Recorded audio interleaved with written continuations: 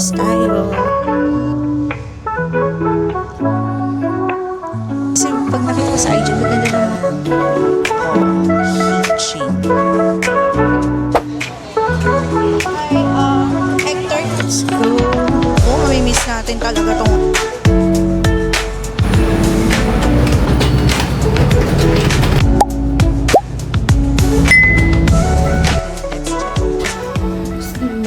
Good morning guys, it's our last day here in Hong Kong. Today is Tuesday and mag-check out na tayo kasi ang flight natin pa Manila is around 6 p.m, 6:15. But mag-check out na tayo ngayon before ng 11 a.m. So yung plan is for the last time babalik ng harbor kasi magbi-pictorial yung isa dyan. I-enact daw niya yung mga pictures niya nung 10 years ago. Hindi pa namin talaga napapakita sa inyo yung harbor ng buo. Kasi sobrang laging daming tao paghapon guys. So like yung sa cultural, yung clock tower, hindi pa tayo nakakadaan doon. Tsaka doon sa Avenue of Stars. So ngayon natin siya gagawin. And then babalik tayo doon sa bake house dito sa saan ba to? Sa Tsim Sha Tsui. So, yung dating nadaanan natin pero hindi tayo nakabili kasi ang daming tao. Sana ngayon walang pila kasi balak namin bumili kahit tig isang box kami ni Julius para maiuwi sa bahay. And then, tingnan natin kung saan tayo magla-lunch, kung dito na ba or sa airport. So, ang iniisip namin is kailangan 2 p.m. bumabiyahe na tayo ng bus papuntang airport kasi almost 1 hour din yun. So para pag 3 o'clock or past 3 na doon na tayo sa airport at hindi tayo gahol sa check-in tsaka sa paglagpas ng immigration. Although dito is based on our experience dito sa Hong Kong before na mabilis naman na mag-check-in at yung immigration.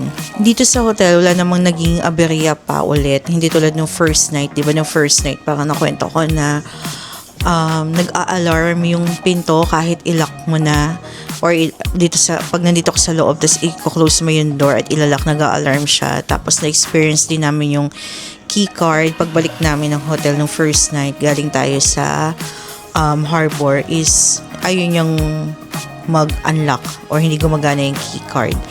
So yung sumunod na mga araw wala naman naging experience na kakaiba.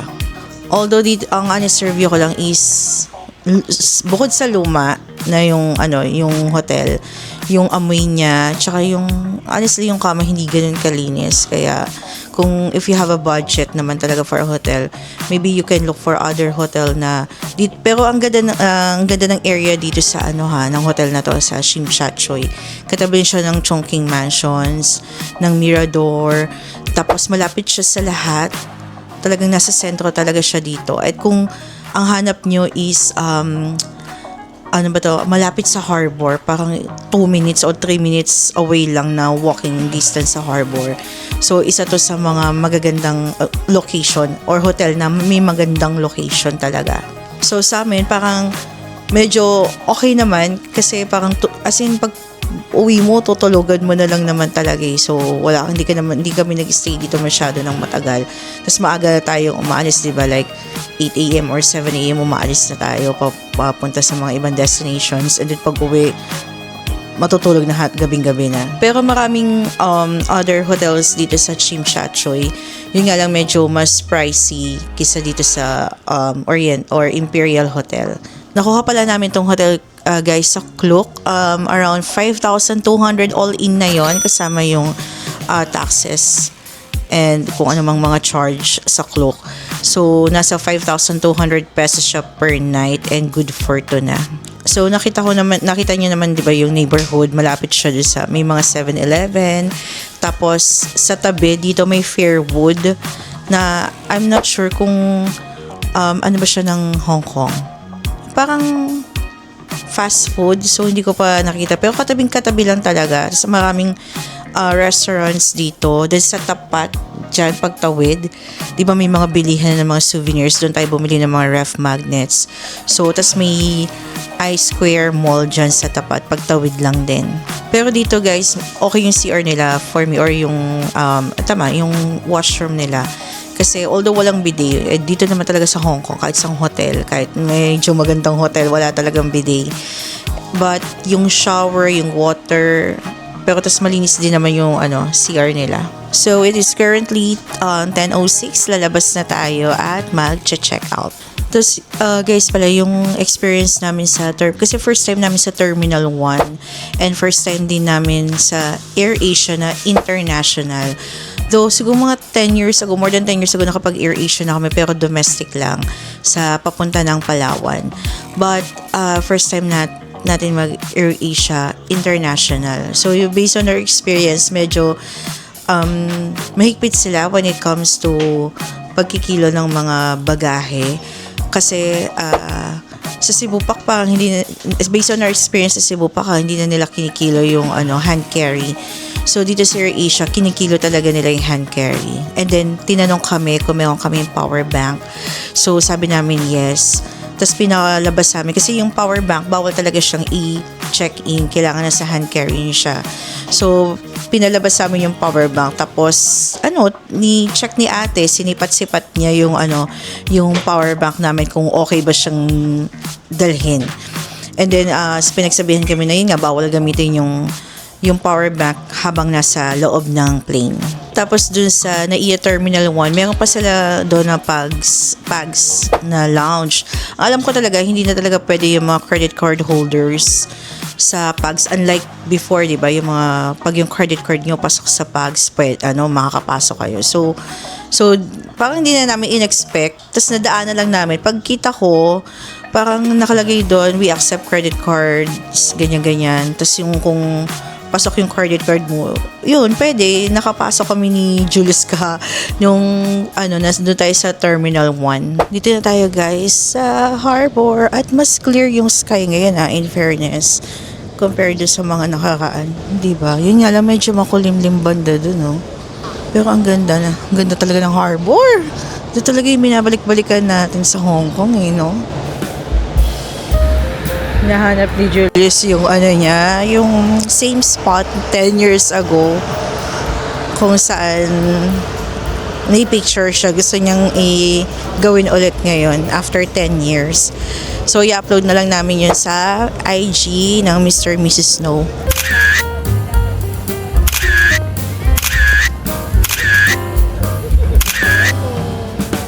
Tapos na tayo mag-pictorial dito. Same spot yan I-upload na lang namin sa IG Mr. and Mrs. Snow. So ngayon, punta tayo ng clock tower para mapakita namin sa inyo. So guys, kung gusto niyo ng mas mataas or elevated na vantage point dito sa harbor, meron dito second floor. Pwede kayo dyan. May mga upuan din dyan. Ang ganda rin dyan sa taas. So, tingnan natin. So, taas tayo. So, eto na guys. So, diba, kahapon ng hapon dito tayo tumambay. Hindi ko na lang na-vlog kasi lobat na lobat. Nagcha-charge ako nun.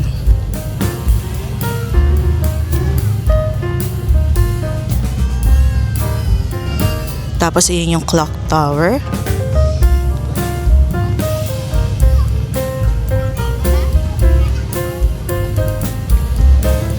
Then, pwede kayo maupo dito. Kapon ng hapon, dami nakaupo dito. Diba? Sobrang ganda.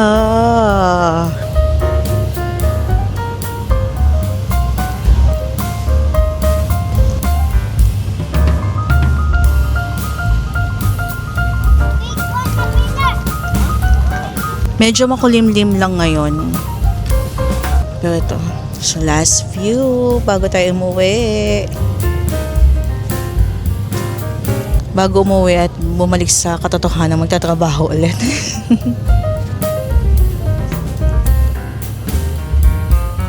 So, baba na tayo.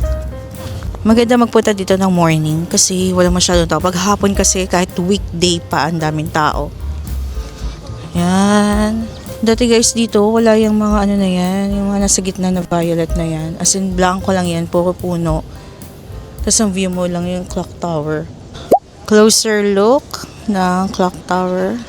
Dito tayo sa baba na. Yan, yun yung cultural. Tapos na tayo mag-pictorial dito sa cultural center. Dito guys, Kasi pag nakita ko sa IG, ang gaganda ng mga spots. So, pwedeng ganyan lang dito. Pwesto ka lang dyan or dyan. Diba? IG worthy siya. So guys, dito na tayo sa Avenue of Stars. Tingnan natin. Yung may mga kamay-kamay dito. Actually, may mga picture ng artista na ngayon. Okay. So dati guys, wala tong, kahit ng 2023, wala tong mga pictures na to ng mga, siguro artista nila. But ito, may mga kamay. Let's see. Ito, yung mga ganyan. Miss Nina Po Hiching. Kung sa atin, di ba, sa Eastwood, merong Walk of Fame. Dito, merong Avenue of Stars. So, yan. Baka kakilala nyo sila, guys, kung nanonood kayo ng mga C-drama. I'm not sure kung doon nga sila lumalabas. May mga friends din kasi akong nagsi-C-drama or Chinese drama. Para silang K-drama. Ayun. So, ito yung kahabaan yan. Ang dulo niyan sa may bandang K11 Musea. So, yan. Madami yan dito, guys. Actress and singer.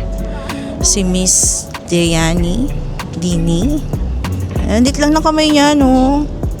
Medyo painit na, guys. Siguro mga past 11, magta 12 na siguro.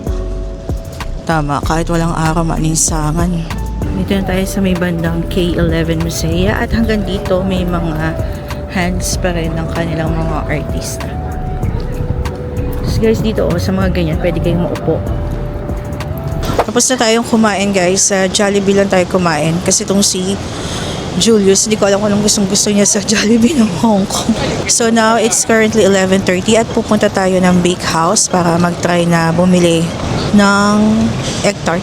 May-miss natin yung tunog ng traffic light. May nakita kaming pwedeng kainan dito, guys. So, hindi na ko alam kung anong tawag dito, pero ganyan lang siya. $38, $46, $54 yung presyuhan. Di ba? Pwede na yan. Wala, guys. May pila pa rin talaga. Dito na tayo sa bake house. Sana mga 15 minutes lang to o 10 minutes na pila. Worth it na rin naman kasing pilahan. Tapos ang price niya parang $14 ang isa. Siya, haba ng pila. Gumalit naman.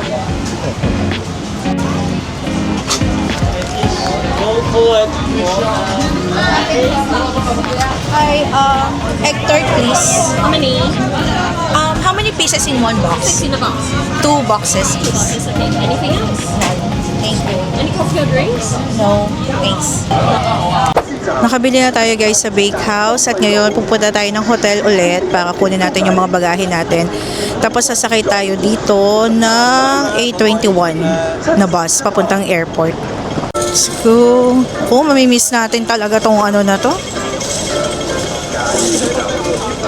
Tong, ayan yung naririnig natin sa traffic light. At mamimiss natin ng TST. Buhay na buhay talaga ang TST kahit weekday, no? Ito talaga yung sentro.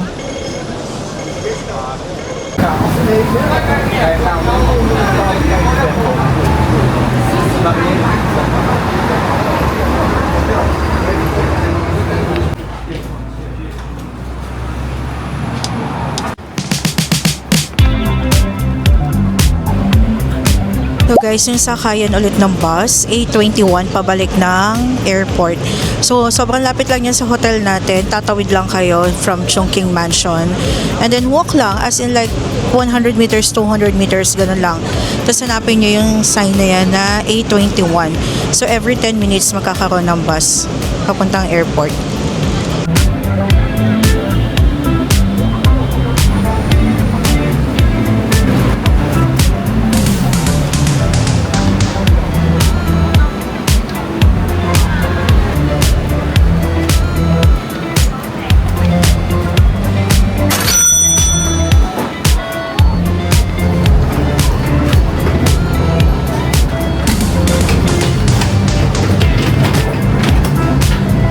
nakasakay na tayo guys. Tapat lang talaga to ng Chimchachoy Mansion. So, 8:21, almost 1 hour din ang dito, biyahe. Dito hindi na tayo tumaas doon sa second floor. Dito lang tayo sa first floor. Para fresh.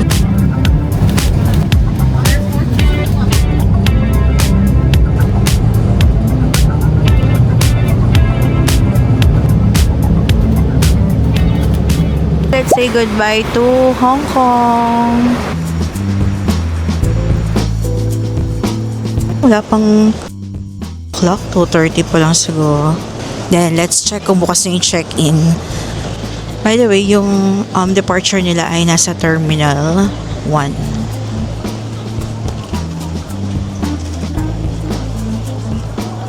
So, hindi pa open guys. Sobrang aga pa rin naman kasi. So, upo-upo muna tayo. May Hong Kong Disneyland merch dito. So, kung hindi kayo nakabili ng mga merch sa Disneyland, ito, dito sa airport meron. Meron din Pop Mart, you know, doon. Siyempre, may Starbucks. Check-in time. It is 3:24. Punta na tayo ng boarding. Nakalagpas na tayo ng passport control at immigration. So, hanapin na lang natin yung boarding gate natin na 201. Yan o. So, dito ang 201 ay pababa. Di naman kayo malilito dito. May mga ganyan.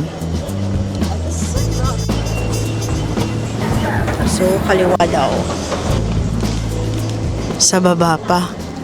So, mukhang magpi-people mover ulit tayo.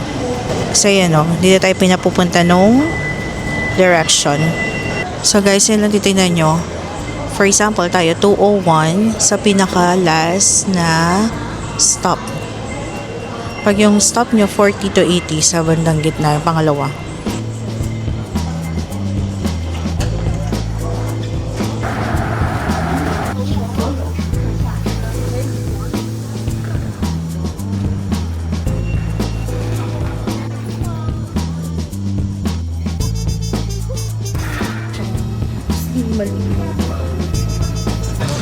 Hi guys, nakaboard na tayo and sakto naman, hindi naman kami delayed. So dito na tayo sa airplane. So kita-kits na tayo sa Manila. Pray na tayo. Nakauwi na pala tayo guys ng bahay and it is current 11 PM na. So medyo chaotic yung nag-experience namin doon sa Terminal 1 na hindi natin ine-expect. And then, hirap mag-book ng Grab. Siguro dahil weekday, tapos rush hour, parang nakalapag yung aeroplano ng around 8 PM. So, marami talagang pasahero. But we are so thankful tsaka grateful na nakapag Hong Kong tayo at nakapag-celebrate ng birthday at anniversary namin ni Julius. So, very popular talaga yung Hong Kong, lalo na sa mga Pinoy kasi unang-una malapit sa Pilipinas. So, parang in 2 hours via airplane nandun ka na. And then, may Disneyland, which is hindi natin napuntahan ngayon. Kasi nakapag-Disneyland na kami guys ng first and second Hong Kong namin. So, parang we opted na iwag muna mag-Disneyland for this trip. So, next time na lang siguro pagbalik. Tsaka yung Ocean Park. So, yun na nga. May Disneyland kasi, may Ocean Park. Tapos yun, malapit lang. And puro mga Pilipino yung nandun. Tapos for first timer, sa mga first time na mag-i-international, Hong Kong talaga kadalasan na pinipili. Tapos madali pa siyang i-navigate yung train system nila or yung bus stations nila, yung airport nila, ang ganda. So yun ang Hong Kong. Kaya lang, ang napansin namin ay parang mas lalo siya nagmahal ngayon. Mahal talaga ang Hong Kong. Siya talaga yung top na pinaka-expensive na city. Kaya lang, parang mas lalo siyang mahal ngayon yung mga bilihin tsaka yung mga pagkain. Tapos kanina, share ko lang yung experience namin sa AirAsia. Kami ni Julius, wala kami naging problema kasi talagang ang bit-bit lang namin is isang maleta. Tapos tig-isa kami ng hand carry na wala pang 7 kilos. So napansin ko lang na, 'di ba tintimbang na nga nila yung hand carry. Kahit pagdating mo, nakalagpas ka na ng immigration bago mag-board do sa airplane, titimbangin pa ulit nila yung hand carry mo, lalo na yung mga nakamaleta. Tapos kung halimbawa, kasi pumapayag sila ng at least 2 na hand carry, basta total ng 7 kilograms yun ang sabi nila doon. So pag ikaw meron ka ng maleta, tapos meron ka pang backpack or shoulder bag, tapos meron ka pang maliit na sling bag, kahit sling bag pa yung pangatlo mo, ipapapasok nila yun sa loob ng maleta mo or ng hand carry mo na iba. So dapat talaga dalawa. So very sila strict pagdating sa rules and regulations nila, which is okay lang naman kasi yun naman talaga yung rules and regulation. So kahit sobrang sling bag yan na halos parang wallet na basta nakalabas, ipapapasok na yun sa loob ng bag mo. But okay naman yung experience sa AirAsia. Hindi late yung aeroplano. Tapos maaga pa ng mga 10 minutes yata yung pagdating compared sa estimated time of arrival. Yun lang guys.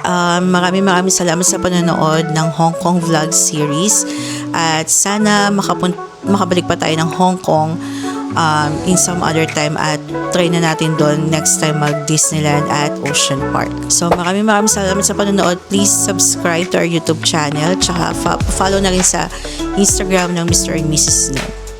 Ganito na lang. Bye-bye. Thank you.